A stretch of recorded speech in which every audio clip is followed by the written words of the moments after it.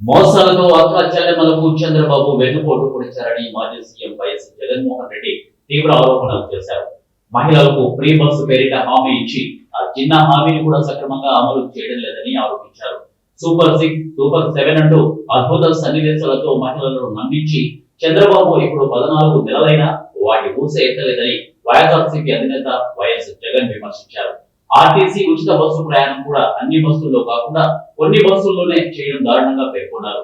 ఆర్టీసీలో 11,256 బస్సులు ఉంటే వాటిలో కేవలం 6,700 బస్సుల్లో మాత్రమే ఉచిత ప్రయాణాన్ని పరిమితం చేశారని మాజీ సీఎం వైఎస్ జగన్ తెలిపారు. 1,560 ఎక్స్ప్రెస్ బస్సులు ఉంటే 950 నాన్ స్టాప్ బస్సులకు ఈ పథకం వర్తించదంటూ ఏకంగా బోర్డులు పెడుతున్నారని చెప్పారు. ఇది అక్కా చెల్లెమ్మలకు చేసిన మోసం కాదా, దగా కాదా అని వైఎస్ఆర్సీపీ అధినేత వైఎస్ జగన్ నిలదీశారు. ఇంత మోసం చేసి కూడా చంద్రబాబు చేస్తున్న ప్రచారాలు విడ్డూరంగా ఉన్నాయని ఎద్దేవా చేశారు.